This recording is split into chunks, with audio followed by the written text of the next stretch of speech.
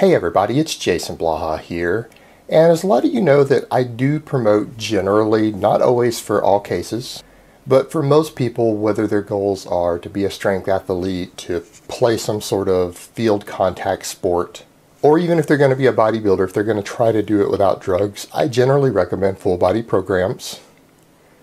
Now, oftentimes, rather than doing them daily with lower volumes, such as I might recommend for certain phases for, say, a power lifter,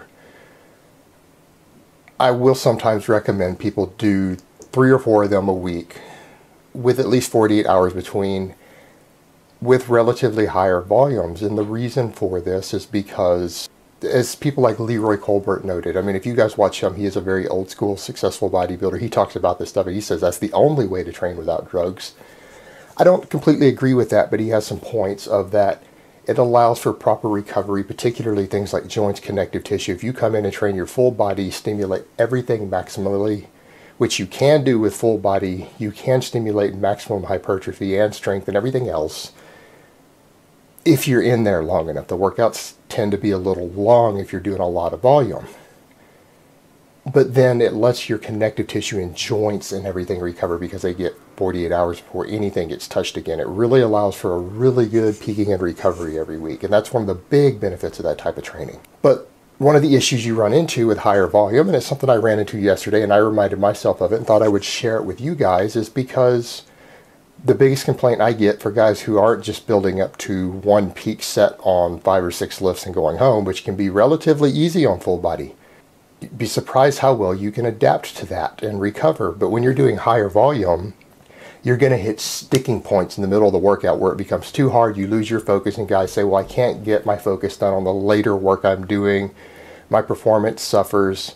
And they're overlooking the fact that if you've already scheduled to be in there a long time, and if you're only training 3 days a week, most guys who are very serious about their goals at least do have the time to spend the extra time in there. And for me, my workout yesterday, because I've cut back to 3 high volume sessions per week because of my large caloric deficit and things like my joints and stuff getting beat up. I had been doing 2 a days and was splitting primary work with accessory work into 2 workouts.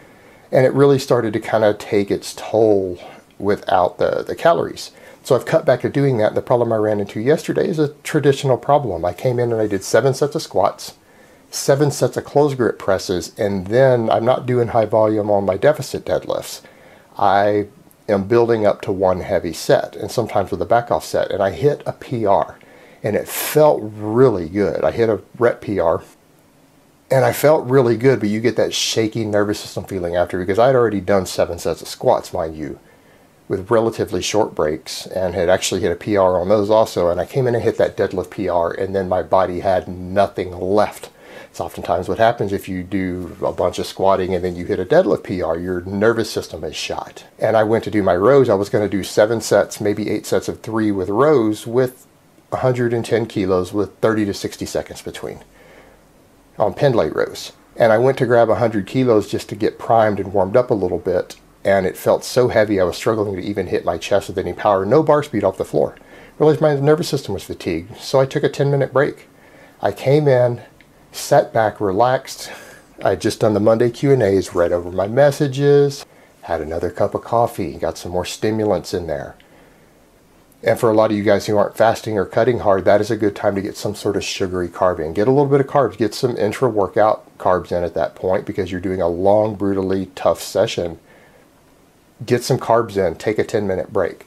I didn't necessarily get carbs in, but I got some coffee in, some extra water in, and sat down and relaxed for 10 minutes. After that 10 minutes of sitting, I got back up and went in and finished my workout, and my strength was up tremendously. My focus was back. I regained all my focus. I gained all my power, my speed, and it felt like I was going back into a fresh session because I was doing a fresh exercise. Even though a lot of those muscles were fatigued, I hit all my target numbers, very short breaks. Everything was explosive and powerful all the way to the end, which is what I was looking for. And then I did all my other accessory work. All my overhead pressing and hammer curls and skull crushers and face pulls and all that stuff. And that's one of the solutions you can use, because what happens is sometimes you'll get far into a full body workout, particularly at higher volume, and people say, well, I lose my focus, I lose my strength. Take a short breather. Come back, do something relaxing, takes your mind off the training, whether it's listen to a little music, maybe get in some carbs, particularly fast-acting carbs, and just chill for 10 minutes, maybe a little longer. Go back and you will find then you can get refocused and all your focus will be back. You'll be able to put maximum energy and effort into those lifts that you're doing. Your sets will be fantastic. Your strength will be back. And that is actually enough to re-energize yourself in the middle of a workout like that.